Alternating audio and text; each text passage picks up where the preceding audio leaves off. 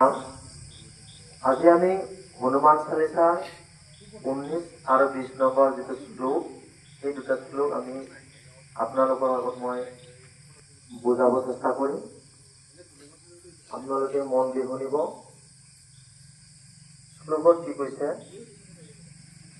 प्रभु मद्रिका मेले मुख माही जलधि लागे गए अजरज नाही दुर्गम काज जगत के जेते सुगम अनुग्रह तुम्हारे देते। तो प्रथम परम पूजनीय गोस्वामी तुलसीदास द्वारा रचित हनुमान चालीसा 19 और 20 নম্বৰ শ্লোকত কৈছে, प्रभु मद्रिका मेले मुख माही जलधि लागे गए अजरज नाही। तार माने की কৈছে যে পবন পুত্র হনুমান যেতিয়া আমাৰ এই ভাৰতৰ পৰা যে লংকাত গৈছিলে সেই লংকাত যোৱাৰ কথা কৈছে। তো কেনেকা গৈছিলে? কৈছে প্ৰভু ৰামচন্দ্ৰৰ যিটো আঙুলিৰ আঙুঠি, এই আঙুঠি কি কৰিছে হনুমানজী মুখত লয়, মুখত কামুৰি লয়। কি কৰিছে বোলে ইয়াৰ পৰা জুপিয়াই কি কৰিছে সাগৰ পাৰ হৈছে। আৰু কি কৈছে প্ৰভুৰ আঙুঠি মুখত লৈ জুপিয়াই সাগৰ পাৰ হৈ গৈছে বুলি কৈছে। আৰু কৈছে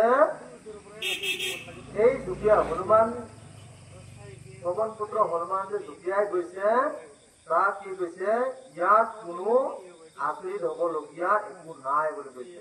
হনুমান যে এক জাপত এই পাৰ পাইছে গৈ তাক আচৰিত হ'ব লগা বা সন্দেহ কৰিব লগা একো নাই বুলি কৈছে। কাৰণ আৰু কি কৈছে দুৰ্গম কাজ জগত के जेते सुगम अनुग्रह तुम्हारे देते। এতিয়া সংসাৰৰ সকলো দুঃসাধ্য কৰ্ম তোমাৰ অনুগ্ৰহত অনাচাৰে সাধ্য হৈ যায়।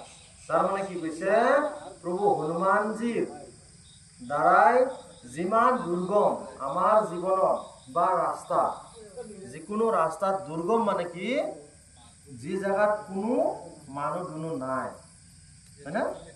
দুৰ্গম ইপিনে চালে একো নাই, ইপিনে চালে একো নাই, সেই জায়গাটো কি কৈছে হনুমানজী নাম ললে আমি শান্তি মতে কি কৰিব পাৰিম, পাৰ হ'ব পাৰো বুলি কৈছে, হয় না? দুৰ্গম মানে কি বুলি কৈছে? দুৰ্গম মানে য'ত একো নাথাকে, হয় না? মানুহ দুনো কোনো একো নাই, জীৱ জন্তু দেখা নাই, সেই স্থানক কি কয়, সেই জাগাত কি কয় দুৰ্গম।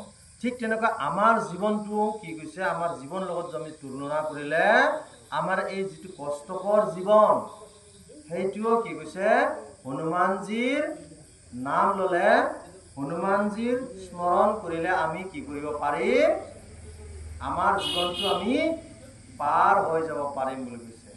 শান্তিমতে আমি পাৰ হৈ যাব পাৰিম। যেতিয়া আমাৰ জীৱনতো কি আহে, দুৰ্গম আহে না নহয়? আমাৰ জীৱনতো অন্ধকাৰ আহিব, আহে না নহয়? তো যেতিয়া আমি কি কৰিব লাগিব, হনুমানজীক স্মৰণ কৰিব লাগিব। হনুমানজীক স্মৰণ কৰিলে, হনুমানজীৰ নাম ললে বা হনুমান চালিচা কৰিলে, ৰাম নাম ললে আমি আমাৰ সেই হনুমানজীৰ দৰে আমিও কি কৰিব পাৰিম, পাৰ হ'ব পাৰিম। নিশ্চয় আমাক কোনে সহায় কৰিব? হনুমানজী সদায় কৃপা কৰিব। আকৌ একবাৰ মই আপোনালোকৰ আগত শ্লোকটি গাই দিছো। प्रभु मद्रिका मेले मुख माही जलधि लाग गए अजरज नाही दुर्गम काज जगत के जेते सुगम अनुग्रह तुम्हारे देते। এই হনুমানজী আকৌ একবাৰ কৈছো, মই প্ৰভুৰ আঙুঠি মুখত লৈ এক জপত গৈছিল নহয় জানো? আঙুঠি নিয়াৰ কাৰণ কি আছিলে? মাতাহিতে যেতিয়া লগ পাব তেতিয়া কি বুলি প্ৰমাণ দিব, সেই আঙুঠি দেখাই প্ৰমাণ দিয়াৰ কাৰণে প্ৰভুৱে পঠাই দিছিলে।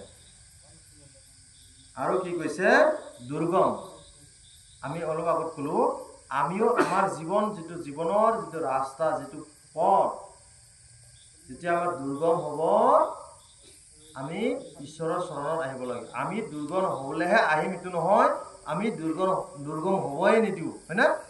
আমাৰ জীৱন আমি দুৰ্গম হ'ব নিদিও। আমি এতিয়াৰ পৰা কি কৰিম? ৰাম নাম লম। হয়নে নহয়? ৰাম নাম ল'ম, হনুমানজীক স্মৰণ কৰিম, হনুমানজীক মনত পেলাম, হয়নে? তো তেতিয়াই আমাৰ কি হ'ব? সকলো দুৰ্গম পোহৰ হ'ব, সকলো আন্ধাৰ আমাৰ এন্ধাৰ সকলো কি হ'ব? পোহৰ হ'ব। জয় শ্ৰী সীতাৰাম।